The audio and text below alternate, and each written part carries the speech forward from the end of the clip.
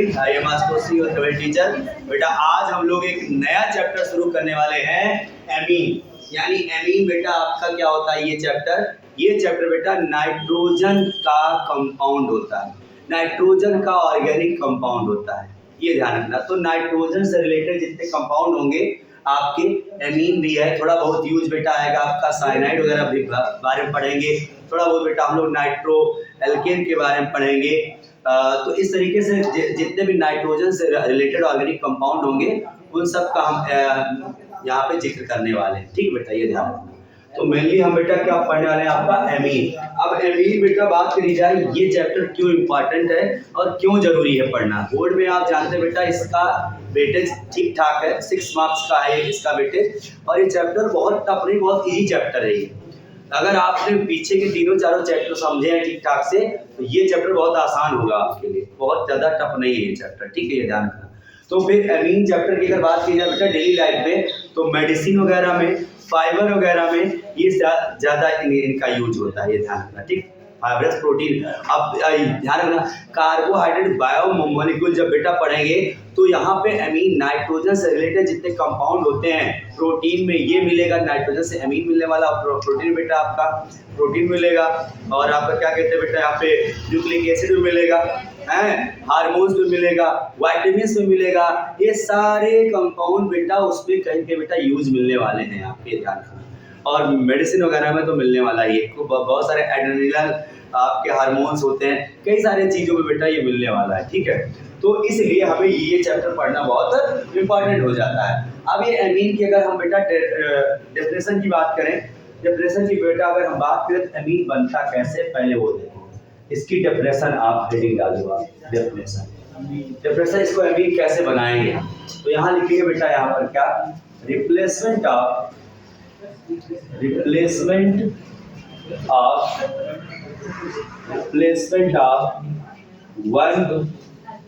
one hydrogen atom or 2 hydrogen or all 3 hydrogen atom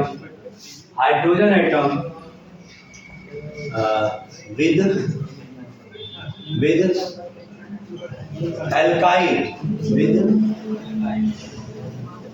सीधे लिखो with alkyl और aryl group, alkyl और aryl group in ammonia. कहाँ बेटा यहाँ पर बात हो रही है, यहाँ पर अमोनिया में। तो अमोनिया की बात यहाँ हो रही है, सुनो ध्यान से यहाँ बेटा, मेरे कहने मतलब क्या हो रहा है यहाँ पर, देन कह लो then for amine organic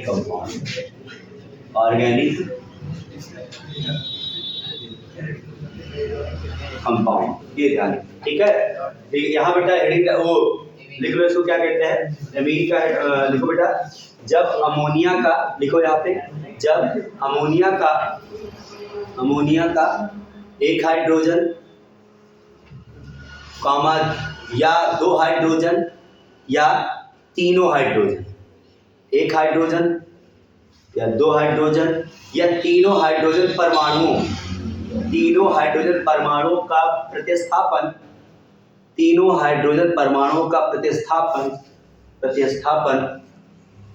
alkyl व एरिल समूह से होता है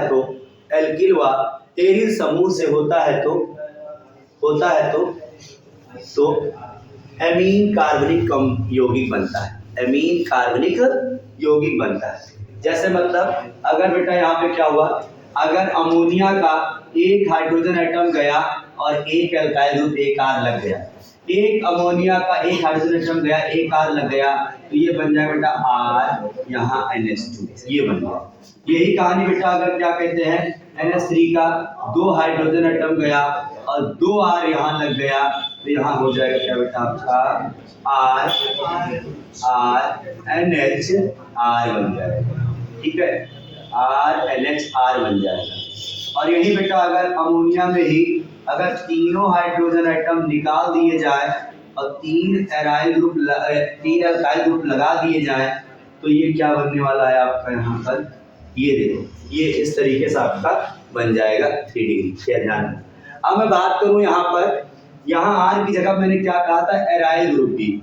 एराइल मतलब बेटा यहाँ पे अगर लिख दिया जाए ए आर, यहाँ लिख दिया जाए 2AR, यहाँ लिख दिया जाए 3AR। यार मतलब एराइल मतलब बेंजीन रिंग की बात यहाँ हो रही, ठीक है। यार मतलब बेंजीन रिंग, फेनिल ग्रुप। तो अगर यहाँ आर है तो यहाँ अगर AR रहेगा तो सर जी यहाँ पे ये भी बन जाएगा। AR मतलब बेटा बेंजीन रिंग की बात हो रही थी, ArNH2 लिखो। ArNH2 को ऐसे भी लिखते हैं हम लोग, इसकी बात यहाँ हो रही, ठीक है, ये ध्यान रखना। और यहाँ 2AR है, मतलब बेटा यहाँ पे बात हो रही है यहाँ पे आपकी क्या, ArNHAR,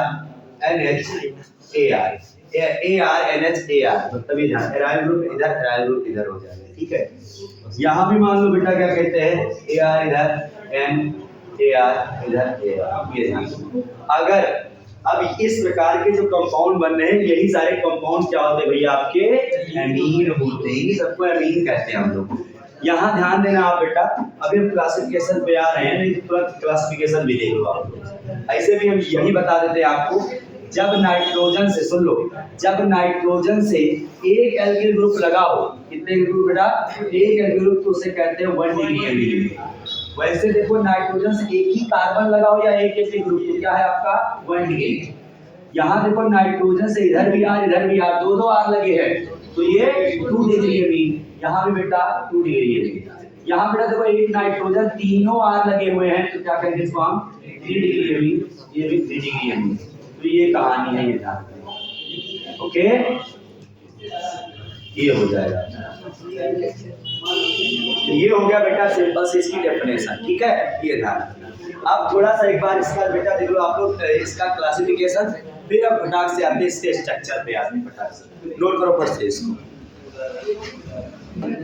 अब अगला देखो बेटा, यहाँ पे इसका क्लासिफिकेशन देख लो आप। वर्गीकरण, वर्गीकरण में क्या देखना बेटा, बहुत आसान। देखो यहाँ पे पहला क्या है आपका 1 डिग्री एमीन, दूसरा है आपका बेटा क्या 2 डिग्री एमीन, और तीसरा आपका बेटा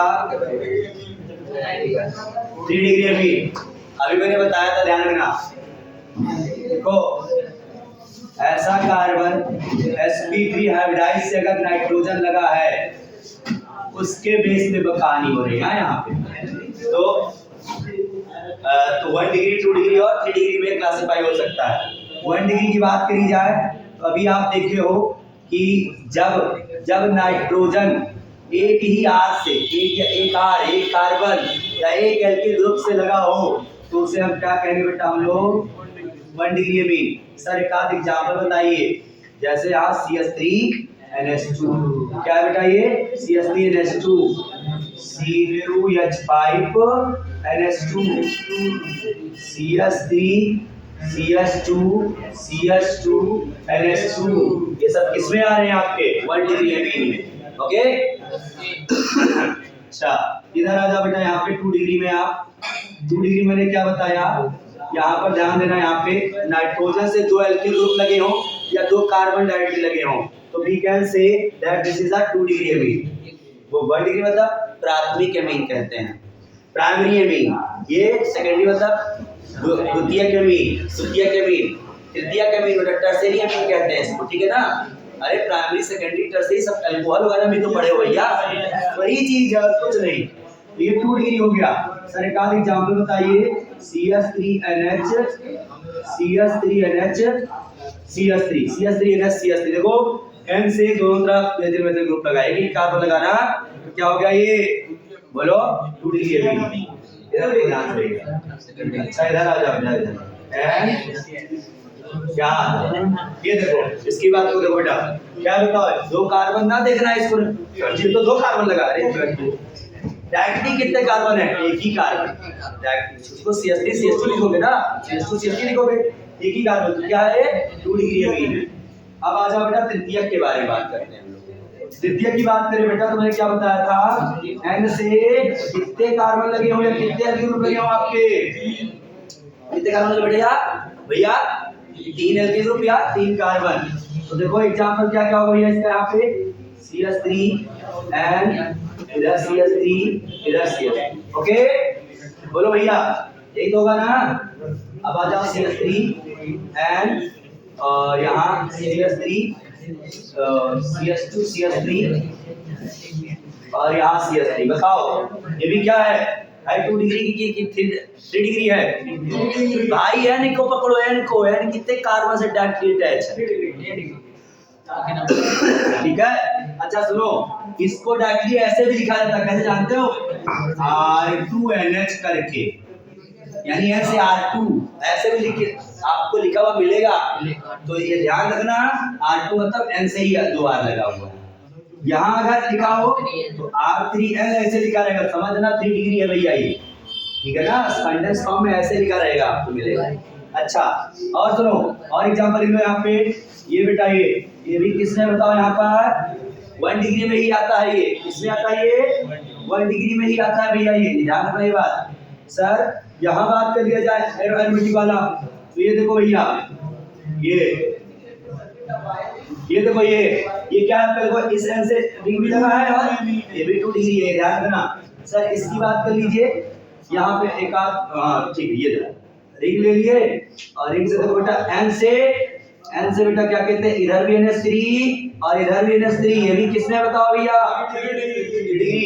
एक और एग्जांपल ये देखो रिंग लगा है सर इधर AR लगा है इधर AR लगा है बताओ क्या होगा यहाँ पे भाई दो तीनों तरफ का फेल लग गया तो भी क्या है डिग्री ठीक है ना। फट से अब 1% बताओ हमें फटाफट बताओ ये कितनी डिग्री है ये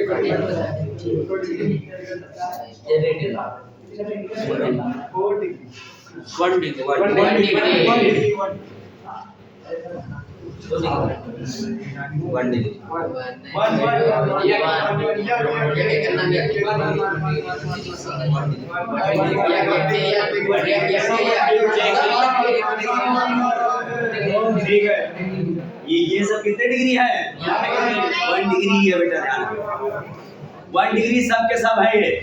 नाइट्रोजन को देखो कितने कार्बन से अटैच देखो नाइट्रोजन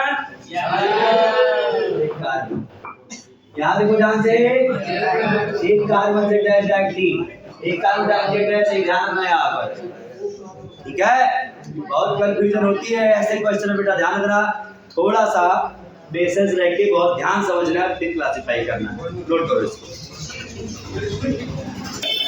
सर बेटा स्ट्रक्चर की बात अगर कही जाए एमीन की देखो ध्यान से यहाँ पे अगर देखो आपको पता बेटा ये अमोनिया डेरिवेटिव होता है। एमीन को अगर कहा जाए एमीन एक सिंपल भाषा में आप ये भी कह सकते हैं amine is a derivative of ammonia.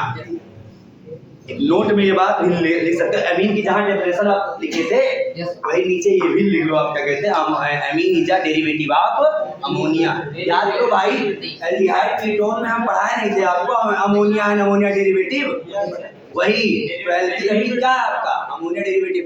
अरे एमीन सुनो अमोनिया से अमोनिया का व्युत्पन्न बोलते हैं उसे। एमीन क्या है एमीन अमोनिया का व्युत्पन्न है समझ लो डेरिवेटिव ऑफ अमोनिया लिख लो भैया। हाँ देखो अब अमोनिया का अगर बेटा स्ट्रक्चर देखा जाए तो कैसा होता है बताओ।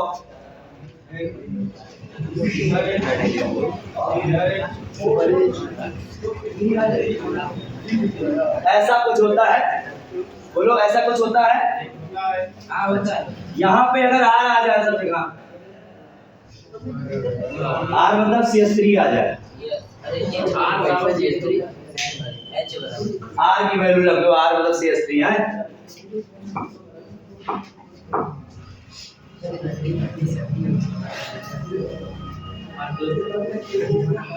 सुनो ध्यान भैया तो ये क्या होता है यहाँ पे ये लोन पेयर है इसके पास भी लोन पेयर है ध्यान देना। तो अमोनिया में बेटा जब ऐसी स्थिति होती है ना तो इसका जो हाइब्रिडाइजेशन होता है हाइब्रिडेशन क्या होगा तो बोलो भैया sp3 क्योंकि 3 सिग्मा बॉन्ड और एक लोन पेयर बैठा है यहाँ पे तो z इक्वल टू हुआ 4 हुआ तो s पे 1 और p पे 3 sp3 हाइब्रिडेशन संकरण क्या होगा लेकिन सर जी इसकी ज्योमेट्री, अच्छा संकरण तो अगर sp3 है तो ज्योमेट्री कैसे टेट्राहेड्रल होना चाहिए ना, लेकिन वो शेप होता है, शेप क्या होता है, शेप इसका टेट्राहेड्रल, शेप कैसा है देखो ध्यान से, टेट्राहेड्रल, लेकिन ज्योमेट्री बोली जाए तो ज्योमेट्री शेप गड़बड़ हो जाती है, अलग हो गई इसकी ध्यान, तो यहाँ ज्योमेट्री हो जाती है इसकी ट्राइगोनल, देखो ट्राइगोनल नहीं है, देखो ध्यान से ट्राइगोनल, ट्राइगोनल पिरामिडल केवल, हाँ त्रिकोणीय पिरामिडीय, त्रिकोणीय पिरामिडीय, इसकी ज्यामिति क्या होगी, त्रिकोणीय पिरामिडीय। सेम कहानी यहाँ बेटा, इसका हाइब्रिडेशन क्या होगा बताओ, sp3, ज्यामिति क्या हो जाएगी, सेम कहानी, संकरण, संकरण sp3, ज्योमेट्री ये।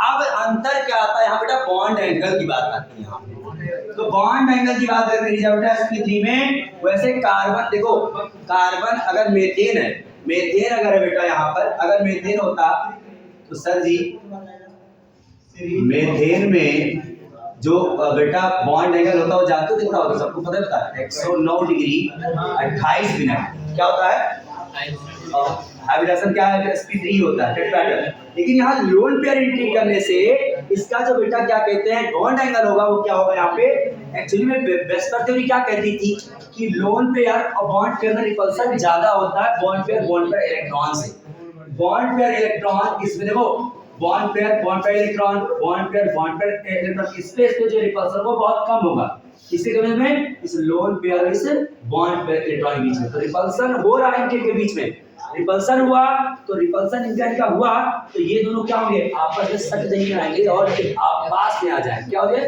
पास में आएंगे बेटा, ये जो एंगल है ना जो हो जाएगा क्या आपका 17 डिग्री भैया, 107 डिग्री, 107 डिग्री सेल्सियस मतलब डिग्री हो जाता है बेटा, ठीक है, 160 डिग्री, सोचो कितना कम हुआ, 2 डिग्री कम हो गया, 2.5 डिग्री कम हो गया समझ, ठीक है।